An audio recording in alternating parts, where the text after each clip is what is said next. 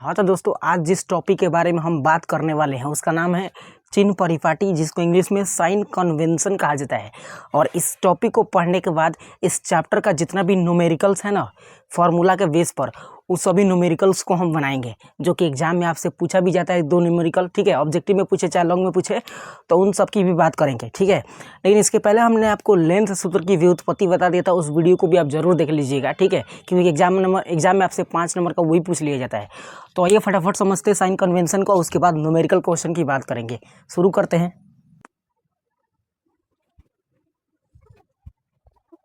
अब यहाँ पे देखिएगा, यहाँ पे हमने एक प्लस लिखा है। एग्जैक्टली ये प्लस है नहीं, लेकिन आप जब डॉक्टर के दुकान पे जाइएगा ना, तो डॉक्टर के दुकान पे ये सिंबल आपको देखने को मिलेगा।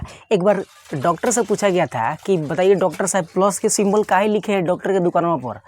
तो उसने कहा कि जो खड़ा है वो डॉक्टर है, और जो लेटा हुआ है वो क्या है, मरीज है। तो एग्जैक्टली ये उन्होंने बताया, जो कि गलत चीज़ है। हालांकि ऐसे ही देखिएगा ना, जब मरीज लेट जाता है ना कुर्सी पर, तो वो ऐसे बनता है, और उसके पास डॉक्टर जब खड़ा होता है तो सीधा खड़ा हो जाता है। तो एग्जैक्टली वो ऐसा दिखता है, इस वजह से वहाँ पे प्लस का सिंबल लगा होता है, जो कि ये गलत है। हम यहाँ पे लेंस के रेस्पेक्ट में जो पढ़ने वाले हैं उसको हम बोलते हैं, यहाँ पे देखिएगा, ये होता है हमारा वाई अक्ष या वाई एक्सिस, ठीक है, और ये होता है एक्स अक्ष, जिसको बोलते हैं एक्स एक्सिस। तो इसमें ये काम आने वाला है, क्योंकि लेंस हम साइन कन्वेंशन को इसी के माध्यम से समझ सकते हैं। एग्जैक्टली आप दर्पण में जो चीज़ पढ़े ना साइन कन्वेंशन, उसमें और इसमें कोई अंतर नहीं है, सेम टू सेम दोनों के दोनों है, ठीक है। तो इसी के बेस पर हम समझेंगे। अब ध्यान से देखिएगा, अगर हम इसको देखें तो हम गणित में पढ़े कि सर इसको मूल बिंदु बोलते हैं। क्या बोलते हैं? मूल बिंदु, ठीक है, जिसको ओरिजिन बोलते हैं, मूल बिंदु, ठीक है। और मूल बिंदु से ही सभी दूरी का मेजरमेंट करते हैं, यानी जितनी दूरियां मापेंगे ना, इसमें सभी दूरियों को कहाँ से मापा जाएगा? तो मूल बिंदु से ही मापा जाएगा। और मूल बिंदु का कोऑर्डिनेट 0,0 होता है। सही बात है सर, क्या होता है? 0,0 होता है। अब ध्यान से सुनिएगा, ये x है, तो यहाँ पे ये पूरा लाइन x होता है, ये पूरा लाइन क्या होता है? y होता है, ठीक है। इतनी सी कहानी आपको समझ में आया होगा। अब इसमें क्या होता है कि साइन कन्वेंशन में हम एग्जैक्टली मूल बिंदु से जब बाएं तरफ मापते हैं ना, यानी इस साइड मापते हैं, तो इधर की सब दूरी की ऋणात्मक होता है। क्या होता है? ऋणात्मक, ठीक है। यहाँ पे हम लिख देते हैं, ठीक है। मूल बिंदु से बाईं तरफ, यानी इस साइड बायां होगा, तो इधर की दूरी जितना आएगा सब क्या होगा? तो माइनस में होगा, यानी ऋणात्मक होगा, ठीक है। और मूल बिंदु से दाईं तरफ, यानी इस साइड जितना दूरी आएगा, ये सब के सब क्या होगा? तो धनात्मक होगा।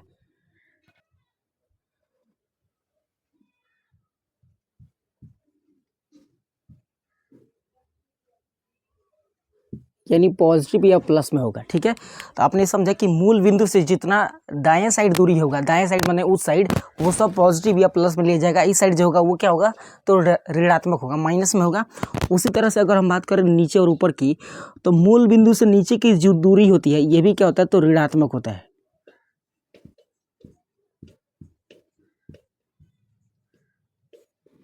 यानी ये भी माइनस में होता है, ठीक है। और ऊपर की दूरी की बात करें तो ऊपर वाला क्या होता है? धनात्मक होता है। समझ रहे हैं?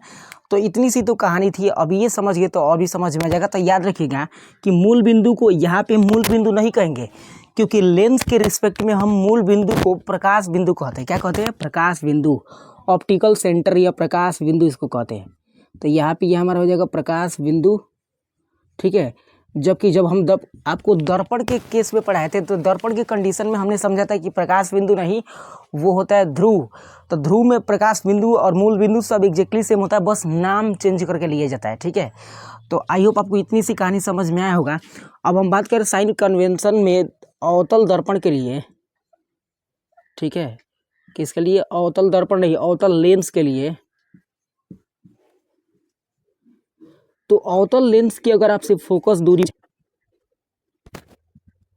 तो ये फोकस दूरी ऋणात्मक होता है। अवतल लेंस में किस में होता है?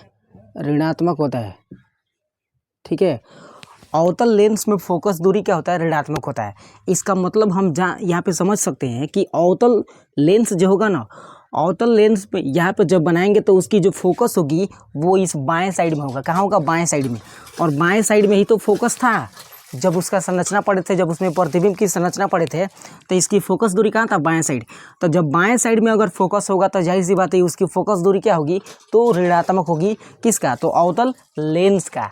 अब हम समझ लेते हैं कि उत्तल लेंस का क्या हो सकता है। तो अगर उत्तल लेंस की फोकस दूरी की बात करें तो यहाँ पे हम उत्तल लेंस जब रखेंगे तो प्रकाश का अपवर्तन जब होगा तो किरणें इस साइड मिलती है। किस साइड, इस साइड, यानी दाएं साइड। तो जब प्रकाश की किरणें दाएं साइड मिलती है तो हम जानते हैं कि दाएं साइड में क्या होता है, तो धनात्मक होता है। यानी इससे एक चीज़ मिला कि उत्तल लेंस की जो फोकस दूरी होगी ये क्या होगा, तो धनात्मक होगा। ठीक है, ये क्या होगा, धनात्मक होगा। तो ये दो चीज़ें अगर आपको क्लियर हो गया तो अब हम चलते हैं न्यूमेरिकल बनाते हैं कि लेंस के अंदर कैसे फॉर्मूला के अकॉर्डिंग हम न्यूमेरिकल बना सकते हैं। तो आइए शुरू करते हैं उस कहानी को भी। आइए अब शुरू करते हैं। देखिए प्रश्न पहला है कि प्रकाश को सूर्य से पृथ्वी तक आने में 8 मिनट 20 सेकंड समय लगता है। ठीक है, तो सूर्य और पृथ्वी की दूरी अगर 15 करोड़ किलोमीटर है तो प्रकाश का चाल कितना है आपको बताना है। यानी सूर्य से प्रकाश पृथ्वी पर आता है तो उसको 8 मिनट 20 सेकेंड लगता है। कितना मिनट, 8। देखिएगा यहाँ पे हम लिखते हैं, ठीक है, समय यानी टी, यहाँ पे हम लिख सकते हैं समय, समय को हम टी से सूचित करते हैं, सही बात है। अब देखिए करें कि 8 मिनट, तो 8 मिनट को अगर हम सेकेंड में बदले तो 60 से गुणा करेंगे, क्योंकि 1 मिनट में 60 सेकेंड, तो 2 मिनट में 120, यानी गुणा कर रहे हैं। तो 8 मिनट में 8 मिनट को अगर सेकंड में बदलना है तो इसमें 60 से गुणा करेंगे। इसमें क्या है, तो आप प्लस कितना जोड़ देंगे, तो 20 सेकंड एक्स्ट्रा दिया है, तो ये जगह कितना, 8 चौक 48, 480 सेकंड और प्लस 20 सेकंड, यानी फाइनली टोटल ये 500 सेकंड हो जाएगा। क्या हो जाएगा, 500 सेकंड हो जाएगा। ठीक है, ये बात सही है। अब कह रहा है कि पृथ्वी और सूर्य के बीच की दूरी दिया 15 करोड़, दूरी यानी एस, दूरी मतलब क्या होता है, डी भी लिख सकते हैं, डिस्प्लेसमेंट, हालांकि एस लिखते हैं। देखिए 15 करोड़ दिया है, कितना दिया है, 15 करोड़ गुणे 10 के पावर कितना हो जाएगा, 7। ठीक है, इतना करोड़ दूरी दिया है, किलोमीटर में दिया है तो यहाँ पे हम किलोमीटर लिख देते हैं। ठीक है, अब गौर से सुनिएगा, अगर हम इसको 1.5 लिख दें तो यहाँ पे 10 का वृद्धि हो रहा है, दहाई 10 का वृद्धि हो रहा है, तो 10 इस पर बढ़ा देंगे, यानी कितना हो जाएगा, 1.5 गुणे 10 के पावर 8 किलोमीटर हो जाएगा। ठीक है, इसको अगर दशमलव में चेंज करें तो इतना हो जाएगा। तो यहाँ पे समय दे दिया और दूरी दे दिया, पूछ रहा है कि चाल कितना है। तो हम जानते हैं सर कि चाल बराबर फार्मूला होता है, यानी v बराबर फार्मूला होता है s बटा टी। कितना होता है, s बटा टी होता है। और s का मान कितना दिया है, तो 1.5 यहाँ पे हम लिख देते हैं, 1.5 गुणे 10 के पावर 8 किलोमीटर,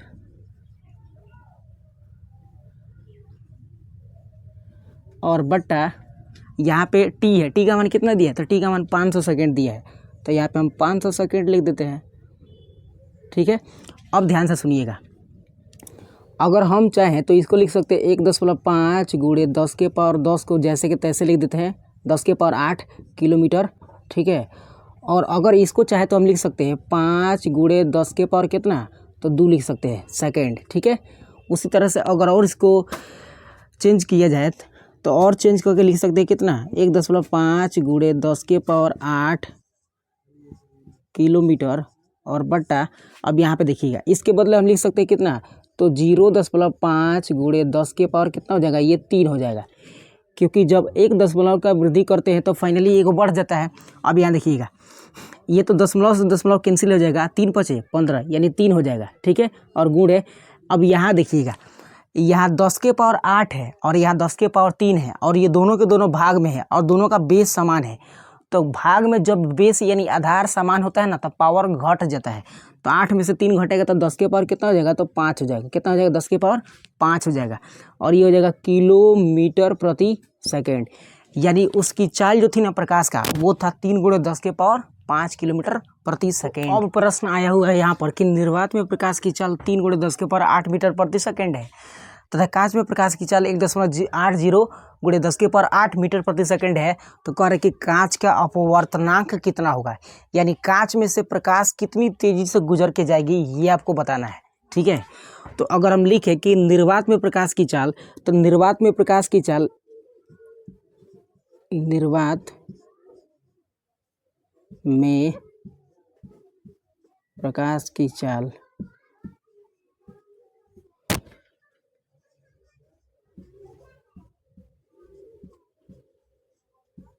इसको ना भी से सूचित करते हैं। तो यहाँ पे निर्वात में प्रकाश की चाल दिया है भी, इसको भी से सूचित करते हैं, सी से नहीं,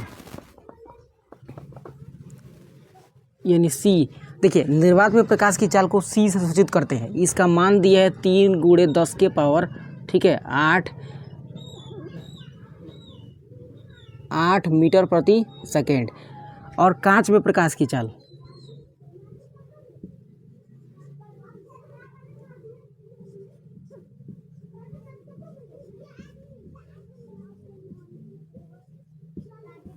इस तरह से टू लिख देते हैं, इसको सूचित करते हैं भी से। तो ये दिया है कितना है 1.8 × 10 के पावर 8 मीटर प्रति सेकेंड। यानी सी का मान दिया है इतना और भी का मान दिया है इतना। तो आपसे अपवर्तनांक पूछ रहा है, अपवर्तनांक को हम एन से सूचित करते हैं। तो एन बराबर क्या होता है, C/V होता है। क्या होता है, C/V। यानी अपवर्तनांक का मतलब होता है निर्वात में प्रकाश की चाल और बट्टा उस माध्यम में प्रकाश की चाल। तो माध्यम यहाँ कांच है और कांच में प्रकाश की चाल को भी से लिखें तो भी हो जाएगा। यानी आपको सी का मान जितना दिया वो रख देते हैं। तो 3 × 10 के पावर 8 मीटर प्रति सेकेंड और बट्टा यहाँ पे दिया है 1.8 × 10 के पावर कितना 8 मीटर प्रति सेकेंड। ठीक है, अब गौर से देखिएगा तो ये जो है ना ये सब कट जाएगा, केवल बचेगा कितना, तो 3, नीचे कितना बचेगा, तो 1.80 बचेगा। ठीक है, अब ध्यान सुनिएगा, अगर यहाँ से हम दशमलव हटा दें तो दशमलव हटाएंगे तो दशमलव के बदले 1 हो जाएगा, और इतना दशमलव हटाएंगे तो दशमलव के बदले 1, और दशमलव के बाद जितना अंक होता है उतना 0 लिखते हैं। तो 2 अंक है तो 2 0 हो जाएगा। अब ये पलट जाएगा तो ये होगा 3 यहाँ गुणे, और ये 100 चल जाएगा ऊपर, तो ऊपर चल जाएगा 100 और नीचे कितना बचेगा, तो 180। अब ये दशमलव हट गया तो ऊपर हो जाएगा कितना 300 और नीचे 180, तो 0 से 0 कट जाएगा। ठीक है, अब यहाँ देखिए तो 5 × 6 = 30 हो जाएगा, ये 3 × 6 = 18 हो जाएगा, यानी फाइनली 5/3 बचेगा। और इसको अगर दशमलव में लिखे तो कितना हो जाएगा 1.67। ठीक है, और अपवर्तनांक का तो कोई यूनिट ही नहीं होता क्योंकि यहाँ पे सब कुछ कट गया है। तो फाइनली कांच का अपवर्तनांक कितना होगा 1.67। इतना ही तो होता है, कांच का अपवर्तनांक कितना होता है 1.67 होता है। आई होप ये कहानी भी आपको समझ में आया होगा। आइए और बताते हैं न्यूमेरिकल्स की, इसको हटाते हैं। तो अब अगला प्रश्न है यहाँ पर कि हवा में जाती हुई प्रकाश की एक किरण किसी पारदर्शी पदार्थ पर आपतित होती है। यदि किरण अभिलंब से 45 डिग्री का कोण बनाती है, कितना अभिलंब से कितना डिग्री, ये अभिलंब है, ये आपतित किरण है, इससे ये बना रही है कितना डिग्री, तो 45 डिग्री कोण बना रही है। ठीक है, और पारदर्शी पदार्थ में जाने पर 15 डिग्री मुड़ जाती है, तो पदार्थ का अपवर्तनांक कितना है। मतलब ये जो किरण जा रही थी ना, ये अभिलंब से 45 डिग्री कोण बना रही है और जाने के बाद ये 15 डिग्री यहाँ से क्या हो रही है, तो मुड़ रही है, यानी ये वाला कोण कितना दिया है 15 डिग्री। तो अगर देखा जाए ना तो शीर्षाभिमुख कोण से ये टोटल एंगल भी कितना होगा 45 डिग्री, यानी यहाँ से ये टोटल एंगल कितना होगा 45 डिग्री। ठीक है, जबकि केवल इतना मान दिया है कौन, ये वाला जो मान है ना, यहाँ पे देखिएगा ये वाला जो छोटा सा मान है ये 15 डिग्री दिया है। तो अगर इसका मान निकाले ना, केवल इस साइड वाला, यहाँ इस कोण का मान निकाले, ठीक है, यानी अपवर्तन कोण का, तो टोटल दूरी में से इतना अगर घटा दे तो कितना आ जाएगा 30 डिग्री आ जाएगा।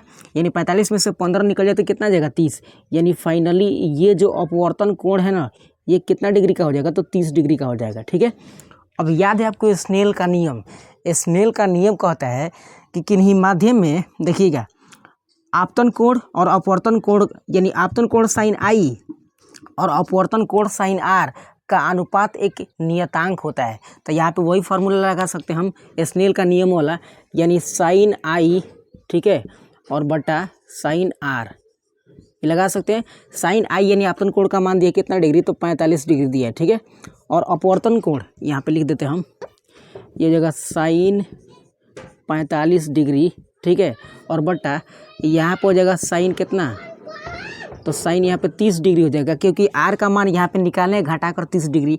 अब देखिए साइन 45 का मान कितना होता है, तो ये होता है 1/√2। उसी तरह से साइन 30 का मान कितना होता है, तो 1 बटा कितना होता है, ये 2 होता है। अब इसको अगर पलट दे तो 1/√2 हो जाएगा, और गुणे 2 चल जाएगा ऊपर और बटा में कितना आ जाएगा 1। अब ध्यान से सुनिएगा, ऊपर गुणा करेंगे तो हो जाएगा 2 और नीचे कितना है रूट में 2। अब इसका अगर कैलकुलेशन करें तो इसके बदले हम लिख सकते हैं रूट में कितना है 4, क्योंकि 4 का वर्गमूल कितना हो जाएगा फिर से 2 हो जाएगा तो 2 मिल जाएगा और बट्टा में कितना है तो रूट में 2 है। अब 4 के बदले हम लिख सकते हैं रूट में 2 और गुणे रूट में कितना 2 और बट्टा में रूट में कितना 2, तो इससे ही कट जाएगा। ऊपर बचेगा कितना तो रूट में 2 और रूट 2 का मान कितना होता है तो 1.41 होता है। यानी साइन आई और साइन आर का जो रेशियो होगा, अनुपात होगा, आपतन कोण और अपवर्तन कोण का जो अनुपात होगा ये होगा 1.41। यहाँ तक न्यूमेरिकल आपको समझ में आया होगा। तो दोस्तों यहाँ तक की वीडियो को हम यही पेंड करते हैं। बाकी